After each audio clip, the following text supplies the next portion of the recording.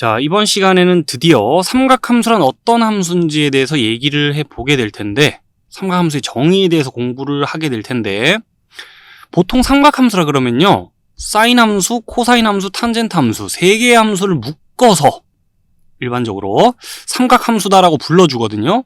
그러니까 이번 시간에는 3개의 함수에 대해 공부를 하는 시간이에요. 자, 요 함수, 요 함수, 요 함수 3가지 함수에 대해 공부를 하는 시간이고요. 일단 수식을 보기 전에 요 그림 보면서 상황 설명을 자세히 해드릴 겁니다. 그 상황 설명을 잘 들어두시고 나서 요 수식 보면서 얘기를 하면 좀 얘기하기 수월해요. 자, 상황 설명 지금부터 시작할 테니까 잘 한번 들어봐 주세요. 먼저 그림을 보면 좌표 평면이 띄어져 있어요. 그 좌표 평면 위에는 그림이 여러 가지 있는 것 같으나 제일 먼저 일단 원을 좀 봅시다.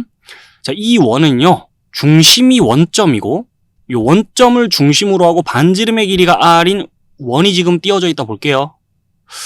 그리고 나서 또 보이는 그림이 뭐가 있냐면 이 화살표 보이시죠?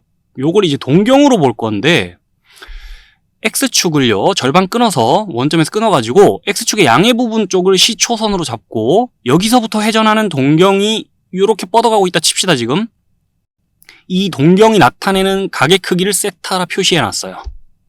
자, 이 동경이 나타내는 각의 크기를 세타라 표시해놨어요. 그 상황에서 이 동경과 좀 전에 얘기했던 이 원이 만나는 지점이 있을 것이고 그 교점의 X좌표와 Y좌표를 이제 잘 봐야 돼요. 아시겠죠? 자, 동경과 원이 만나는 지점의 X좌표, Y좌표를 잘 봐야 돼요. 그러면 이런 얘기도 해볼 수 있습니다. 지금 세타의 값에 따라 요 값들이 바뀌겠네요. 좌표 값들이. 자, 세타의 값이 바뀌면은 동경의 위치가 달라질 거 아닙니까? 그렇죠. 자, 그럼 동경이 이쪽으로 뻗냐 저쪽으로 뻗냐 어떻게 뻗냐에 따라서 동경과 원이 만나는 지점의 XY 좌표는 당연히 바뀌겠죠. 그래서 요 XY 좌표가 요 교점의 XY 좌표가 세타의 값에 따라 지금 바뀔 수 있겠네요. 그죠? 요까지 일단 얘기를 해두고요. 자, 그럼 이제 어떤 얘기를 해볼 거냐? 세타의 값에 따라요. 요 비율이, 자, 지금 반지름의 길이에요. 원의 반지름의 길이하고 그림상에서. 그리고 요 원과 동경이 만나는 지점의 Y좌표입니다. 지금 반지름의 길이분의 Y좌표예요. 세타의 값에 따라 요 비율이, 자, 요 값이 하나로 정해집니다. 반지름의 길이는 세타의 영향을 받지 않아요. 근데 얘가 세타의 영향을 받죠. 세타의 값에 따라 요 비율이 결정됩니다. 자, 그리고 보시면 세타의 값에 따라요, 반지름 길이분의 지금 요 동경과 원이 만나는 지점의 X좌표거든요. 그 비율도 세타의 값에 따라 하나로 결정됩니다. 자, 그리고 세타의 값에 따라 요 교점의 X좌표분의 Y좌표 요 비율도 하나로 결정이 돼요. 요 값들이 세타의 값에 따라 결정된다고요. 이 대응, 자, 세타에 대한 이 값의 대응, 세타에 대한 이 값의 대응, 세타에 대한 이 값의 대응, 각자 이 대응을 갖다가 우리는 세타에 대한 사인 함수, 세타에 대한 코사인 함수, 세타에 대한 탄젠트 함수라 합니다. 오케이. 자, 요까지 해가지고 얘기가 복잡하게 들릴 수 있기 때문에 나중에 보면 별 복잡한 얘기가 아닌데, 자, 처음엔 되게 복잡하게 들릴 수 있어서 예를 좀 들면서 중간 정리를 좀 해볼게요. 자, 우리 삼각함수의 정의에 대해서 직전에 공부했던 내용을 요 예제와 함께 중간 정리를 좀 하고 갈게요. 읽어봅니다. 바로 그림과 같이, 이 그림 참고해 주세요. 자, 그림과 같이 원점과 점 P를 지나는 동경 OP가, 원점과 점 P를 지나는 동경 OP가 나타내는 각의 크기를 세타라 할 때, 자, 요 각의 크기를 세타라 할 때, 그때 사인 세타, 코사인 세타, 탄젠트 세타의 값을 구해 보자입니다. 이 각 세타에 대해서 사인, 코사인, 탄젠트 세타의 값을 대답하려면요, 준비물이 2개 필요해요. 좌표 평면 위에 이 각 세타를 나타내는 동경과 함께 원도 그려져 있어야 되죠.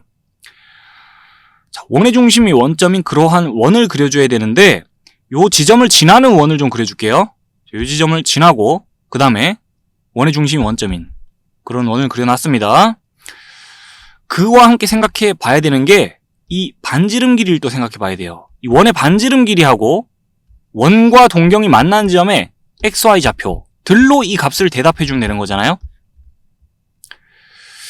그럼 지금 이 원의 반지름 길이는 자, 바로 계산이 되는 상황 맞습니까? 이렇게 직각삼각형 봐주면서 이 길이가 4고 이 길이가 3인 거니까 이 빗변 길이는 지금 5라고 할 수 있겠죠. 자, 그래서 원의 반지름 길이가 지금 5네라고 계산이 금방 될 것이고, 오케이.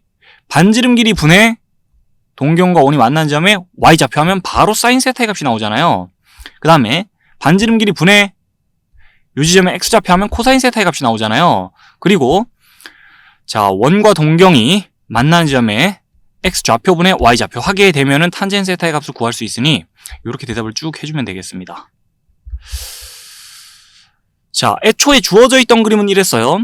만약에 지금 이런 상황이 익숙해지면 어떻게 되냐? 원이 그냥 이렇게 지나간다고 우리 마음대로 생각하고 원을 굳이 그려줄 필요가 없고 이 길이를 구한 다음에 자, 원점으로부터 이 지점까지 의 거리를 구한 다음에 오케이. 자, 5분의 4 5분의 마이너스 3, 마이너스 3분의 4 이렇게 사인, 코사인, 탄젠 세타의 값을 대답해줘도 되겠습니다. 자, 요까지 일단 정리되고 있나요?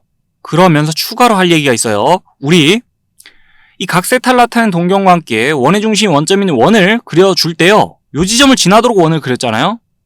그거는 이 지점에 xy 좌표가 애초에 주어져 있었기 때문에 그걸 활용하기 위해서 이 지점을 지나는 원을 그려준 거예요. 자, 원의 중심이 원점이기만 하면 반지름 길이가 몇이든 상관이 없어요, 사실. 원을 그려줄 때 중심이 원점이기만 하면 됩니다. 그 원과 각세타를 나타낸 동경이 만나는 지점에 자, x좌표하고요 y좌표를 알고 있다 칩시다. 그리고 이 원의 반지름 길이도 알고 있다 칩시다. 그러면 그 원의 반지름 길이분의 요 지점의 y좌표, 자, 반지름 길이분의 x좌표, 그 다음에 요 지점의 x좌표분의 y좌표 해가지고 이 값들을 계산해 주잖아요. 답이 똑같이 나와요.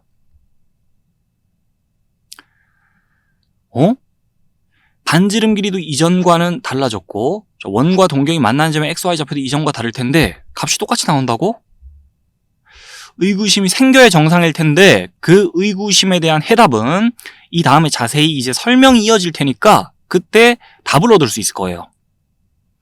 자, 바로 이 다음에 삼각함수의 값은 결국 각 세타에 따라 결정되는 거지 이 반지름의 길이와는 무관하다라는 내용을 설명할 거거든요. 자세히 그 내용 잘 들어봐 주시고 일단 결론부터 들어봐 주세요. 우리가 사인, 코사인, 탄젠 세타의 값을 구하고 싶으면 각 세타를 나타낸 동경과 그 다음에 원의 중심 원점인 원이 필요해요. 그 원과 동경이 만나는 점에 xy 좌표와 원의 반지름 길이가 필요한 거예요. 원의 사이즈가 어떻든 상관이 없다는 거예요.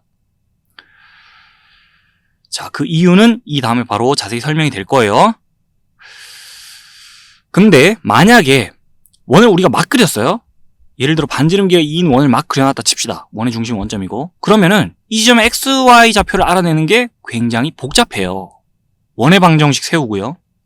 그 다음에 동경도 직선이라 봤을 때 직선의 방정식 세우고 두 식을 연립해서 연립 방정식 풀어서 자, 이 xy 좌표를 알아낼 수야 있겠지만 복잡하죠, 지금.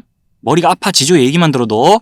그런 수고스러움을 덜기 위해서 주어진 지점의 xy 좌표를 활용하기 위해 이 지점을 지나도록 그런 원을 그려준 거예요. 원의 중심이 원점인.